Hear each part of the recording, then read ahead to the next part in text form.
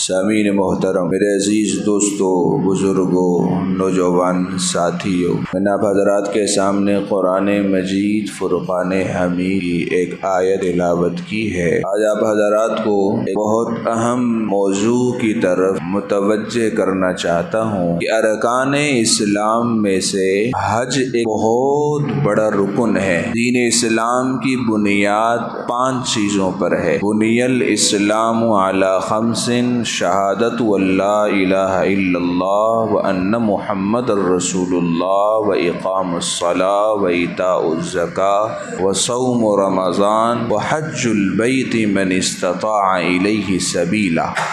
ان 5 ارکان اسلام میں بہت بڑا رکن ہے حج، اور ظاہری سی بات ہے کہ ہر مسلمان اس رکن کی ادائیگی کی استطاعت نہیں رکھتا۔ وجہ اس کی یہ ہے کہ شریعت مطہرہ نے حج کے فرض ہونے کے لیے چند شرطیں رکھی ہیں۔ بنیادی شرط صحت مند ہو، کہ حج کے سفر کی، حج کی سختی کو برداشت کرنے کی طاقت ہو، پیسہ بھی ہو، زیادہ راہ ہو، آنے جانے کا خرچہ برداشت کر سکتا ہو، پیچھے جو ذمہ داری ہے بچوں کی، گھر والوں کی، ان کے لیے بھی خرچہ ہو۔ ایسا نہ ہو کہ خود تو حج کے لیے چل گیا ہے اور پیچھے گھر والے کٹورا لے کے در در گھوم رہے ہیں، اور ظاہر سی بات ہے کہ اتنی طاقت ہر مسلمان تو رکھتا نہیں ہے۔ تو دنیا بھر میں ایک بہت بڑی مقدار اور تعداد ایسے غریب مسلمانوں کی ہے جو اس عظیم الشان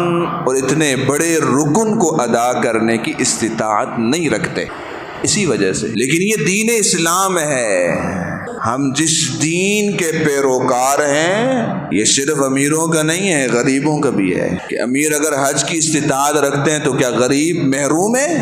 نہیں۔ اب اللہ رب العزت کے شان کریمی کا اندازہ نہیں لگا سکتے کہ میرے اللہ نے ایسے خوبصورت اعمال بتلائے ہیں کہ اگر یہ غریب اللہ کا بندہ یہاں بیٹھے بیٹھے ان اعمال کو کر لے، بغیر پیسہ خرچ کیے، بغیر محنت اور مشقت کیے، اللہ رب العزت اسے حج کا بھی ثواب دیتے ہیں، عمرے کا بھی ثواب دیتے ہیں۔ کتنا سخی اور کریم ہے ہمارا اللہ۔ تو پتہ چلا یہ دین اسلام ہر امیر کا ہے، ہر غریب کا ہے، ہر کالے کا ہے، ہر گورے کا ہے، ہر چھوٹے کا ہے، ہر بڑے کا ہے، سب کا ہے، اور سب اس دین کے برابر کے شریک ہیں۔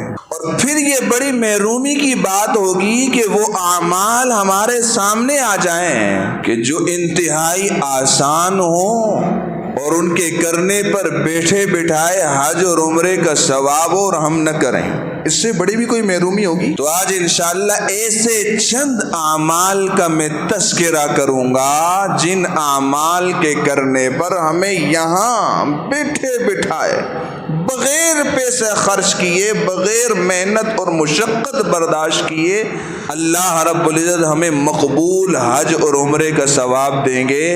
تو کیا ان اعمال کو کرنے کی نیت ہے کہ نہیں ہے؟ سب کی ہے نا، ہم سب کی نیت ہے انشاءاللہ، اور اعمال کو کرنے کی نیت سے ہی انشاءاللہ ان اعمال کو سنائیں گے بھی اور سنیں گے بھی۔ ان اعمال میں سب سے پہلا عمل کہ ایک شخص غریب مسلمان ہے، حج کی استطاعت نہیں رکھتا، تمنا استطاعت نہیں رکھتا، سب سے پہلا عمل اس کے لیے یہ ہے کہ وہ دل میں تمنا رکھے، خواہش رکھے، تمنا ہو کہ میرے اللہ نے جب مجھے موقع دیا میں اس عمل سے پیچھے نہیں ہٹوں گا۔ اسے کہتے ہیں نیت۔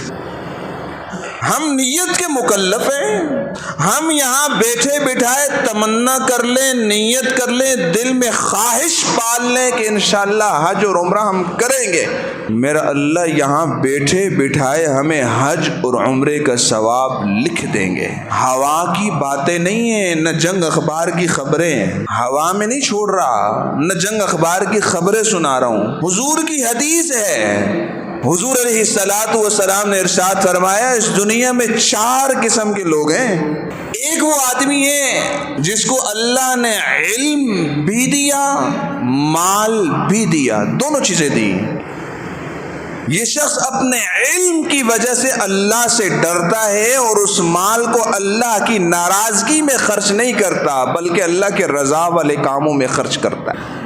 علم بھی دیا ہے، مال بھی دیا ہے، تو پتہ ہے نا سے مال کہاں خرچ کرنا ہے، کہاں خرچ نہیں کرنا۔ فرمایا اللہ رب العزت نے، نبی صلی اللہ علیہ وسلم نے، کہ یہ سب سے بہترین فرد یہ ہے، علم بھی دیا، مال بھی دیا، اور مال کو اپنے علم کے مطابق اللہ کی رضا والے کاموں میں خرچ کرتا ہے، ناراضگی والے کاموں میں خرچ نہیں کرتا۔ دوسرا وہ فرد ہے جسے اللہ نے علم تو دیا، مال نہیں دیا، علم دیا، مال نہیں دیا، تو یہ تمنا کرتا ہے کہ اللہ میرے پاس بھی مال ہوتا نا تو میں بھی اپنے علم کے مطابق تیری رضا والے کاموں میں خرچ کرتا، تیری ناراضگی میں خرچ نہ کرتا، تیری فرما برداری میں خرچ کرتا۔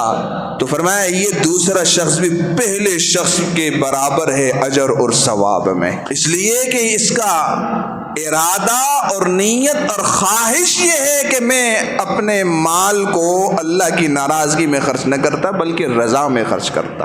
یہ بھی پہلے والے شخص کی طرح بہترین انسان ہے، لہذا ہم نیت تو کر سکتے ہیں نا۔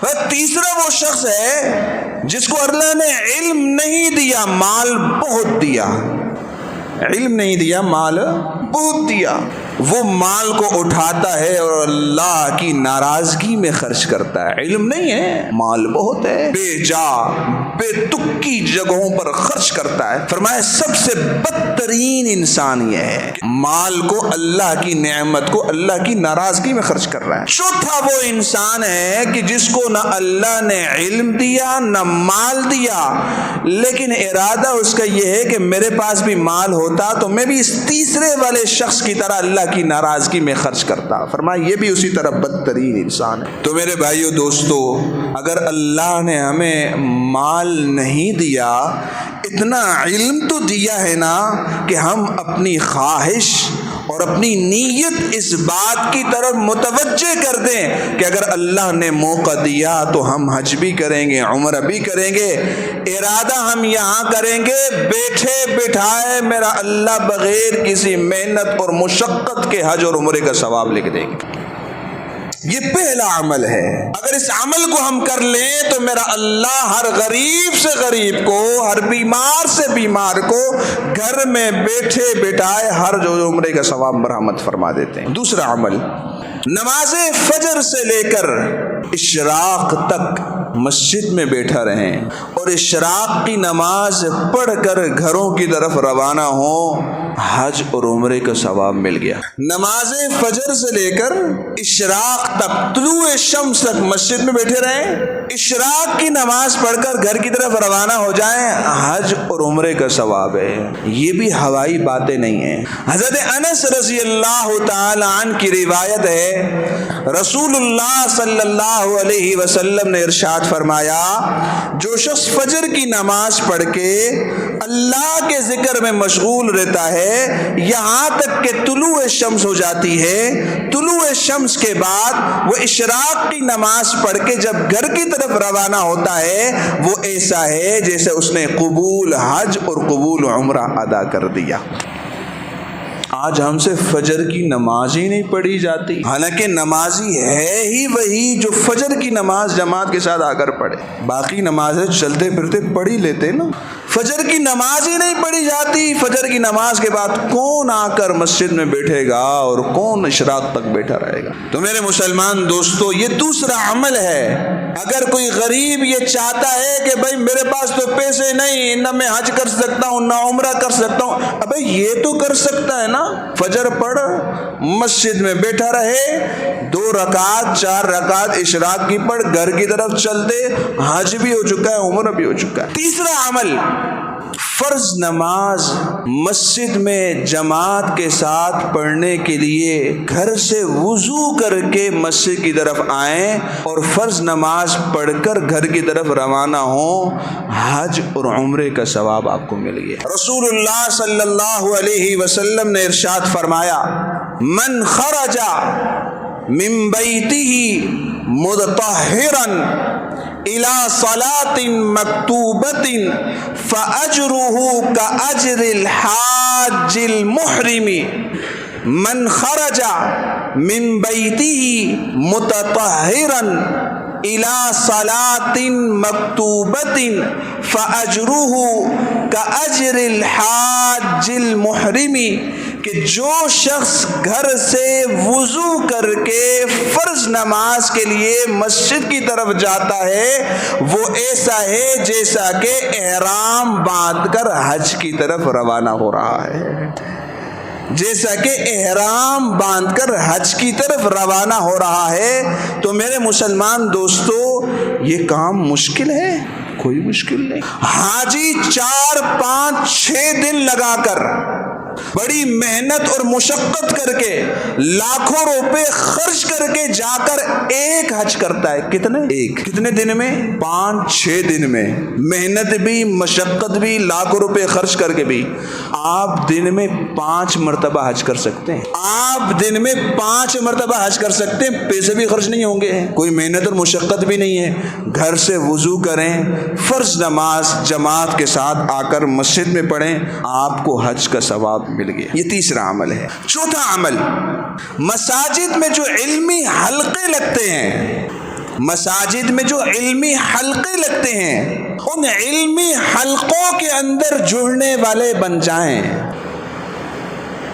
آپ کی مسجد میں درس ہوتا ہے، درس قرآن میں شریک ہوں، درس حدیث ہوتا ہے اس میں شریک ہوں، تعلیم ہوتی ہے اس میں شریک ہوں، فقہ کا سبق ہوتا ہے اس میں شریک ہوں، باقی کوئی علمی حلقہ لگتا ہے اس میں شریک ہوں۔ معلومات میں اضافہ ہوگا، ایمان کو تازگی ملے گی، حج اور عمرے کا ثواب ملے گا، حج اور عمرے کا ثواب ملے گا۔ رسول اللہ صلی اللہ علیہ وسلم نے ارشاد فرمایا، جو شخص گھر سے مسجد کی طرف اس غرض سے نکلتا ہے تاکہ میں مسجد میں جا کر کچھ سیکھوں یا کسی کو کچھ سکھلاؤں، خود سیکھوں یا کسی کو کچھ سکھلاؤں، تو اللہ رب العزت ایسے شخص کو مقبول حج کا ثواب مرحمت فرماتے ہیں۔ تو میرے مسلمان دوستو، یہ کام مشکل ہے؟ کسی غریب کو یہ شکوہ کرنے کا حق حاصل ہے کہ بابا میں حج نہیں کر سکتا؟ میرے اللہ کی شان کریمی اور سخاوت کریمی کتنی زیادہ ہے کہ غریب سے غریب کے لیے بھی راستہ کھول دیا کہ چلو بھائی، اب غریب بھی کوئی حج کرنا چاہتا ہے، ثواب چاہتا ہے تو یہ جا کر لے۔ تو مساجد کے علمی حلقوں میں شریک ہوں۔ یہ علمی حلقے ہمارے ہی لیے نا، کسی اور کے لیے تو نہیں، دیواروں کو سنانے کے لیے یا مولوی صاحب اپنے آپ کو سنانے کے لیے، تو ان کے اندر شریک ہوں۔ اور 5واں بہترین عمل، فرض نمازوں کے بعد ذکر و اذکار کا اہتمام ہو۔ فرض نمازوں کے بعد ذکر و اذکار کا اہتمام ہو۔ ایک مرتبہ حضور علیہ الصلوۃ والسلام کی مجلس یوں ہی لگی ہے، حضور کی مجلس میں غریب صحابہ کرام ہیں، حضور سے بڑا عجیب سوال کیا کہ اللہ کے رسول، یہ جو امیر لوگ ہیں انہوں نے بڑا بلند مرتبہ پا لیا، یہ تو بہت آگے چلے گئے۔ حضور نے فرمایا وہ کیسے؟ کہ نماز وہ بھی پڑھتے ہیں نا؟ ہاں ہم بھی پڑھتے ہیں، روزہ وہ بھی رکھتے ہیں، ہم بھی رکھتے ہیں، لیکن حج وہ کرتے ہیں، ہم نہیں کر سکتے، پیسے لگتا ہے، ہمارے پاس تو پیسے نہیں ہیں۔ زکوٰۃ وہ دیتے ہیں، ہم نہیں دے سکتے، ہمارے پاس پیسے نہیں ہیں۔ صدقہ خیرات وہ کرتے ہیں، ہم نہیں کر سکتے، وہ تو ہم سے بہت آگے نکل گئے، ہم تو بہت پیچھے رہ گئے۔ حضور علیہ الصلوۃ والسلام نے ارشاد فرمایا، کیا تمہیں میں ایک وظیفہ بتلاؤں؟ اس وظیفوں کو کر لو، تم اتنے آگے بڑھ جاؤ گے کہ تم تک کوئی نہیں پہنچ سکتا۔ غریب صحابہ کرام ہیں، تم لوگ اتنے آگے بڑھ جاؤ گے کہ تم تک کوئی نہیں پہنچ سکتا۔ حضرات صحابہ کرام نے فرمایا، حضور لازمی بتلائیے وہ وظیفہ کیا ہے؟